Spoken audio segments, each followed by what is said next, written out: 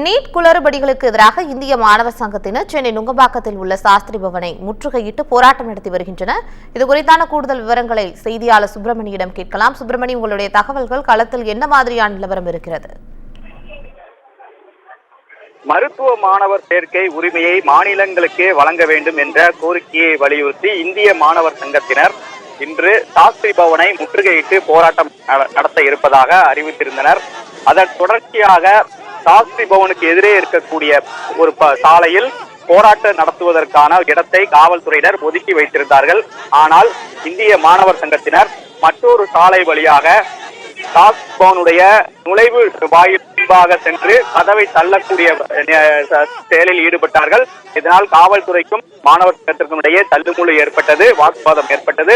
இதன் தொடர்ச்சியாக மாணவர் சங்கத்தினர் காவல்துறையினர் கைது செய்து இருக்கக்கூடிய திருமண மண்டபத்தில் தங்க வைக்கப்பட்டிருக்கின்றனர். அதே போல இந்த போராட்டம் அந்த நுழைவாயில் பகுதியில் போராட்டம் நடந்து கொண்டிருக்கும் போது மற்றொரு நுழைவாயில் பகுதியில் மாணவர் சங்கத்தை சேர்ந்த மற்றொரு தரப்பினர் வந்து போராட்டத்தில் ஈடுபட்டார்கள். இதனால் அங்கு பரபரப்பு ஏற்பட்டது. இரண்டு நுழைவாயிலும் போராட்டம் நடந்த காரணத்தால் பரபரப்பு ஏற்பட்டது.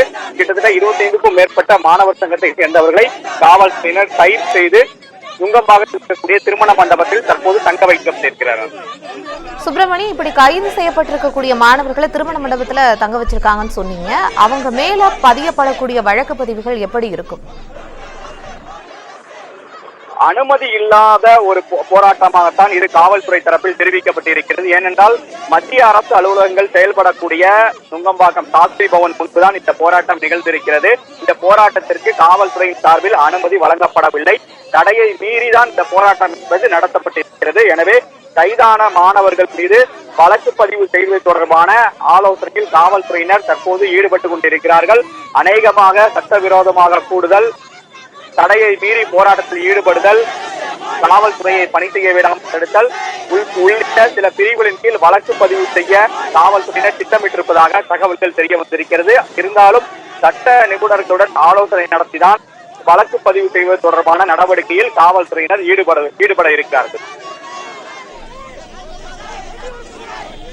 நீட் குளறுபடி காரணமாக இந்திய மாணவர் சங்கத்தினர் போராட்டத்தில் ஈடுபட்டு வருகிறார்கள். சென்னை நுங்கம்பாக்கத்தில் உள்ள சாஸ்திரி பவன் அருகே இருக்கக்கூடிய பகுதிகளில் இந்த போராட்டம் நடத்தப்பட்டு வருகிறது என்ற ஒரு தகவலை விரிவாகவும் களத்திலிருந்து சுப்பிரமணியன் வழங்கியதற்கு நன்றி.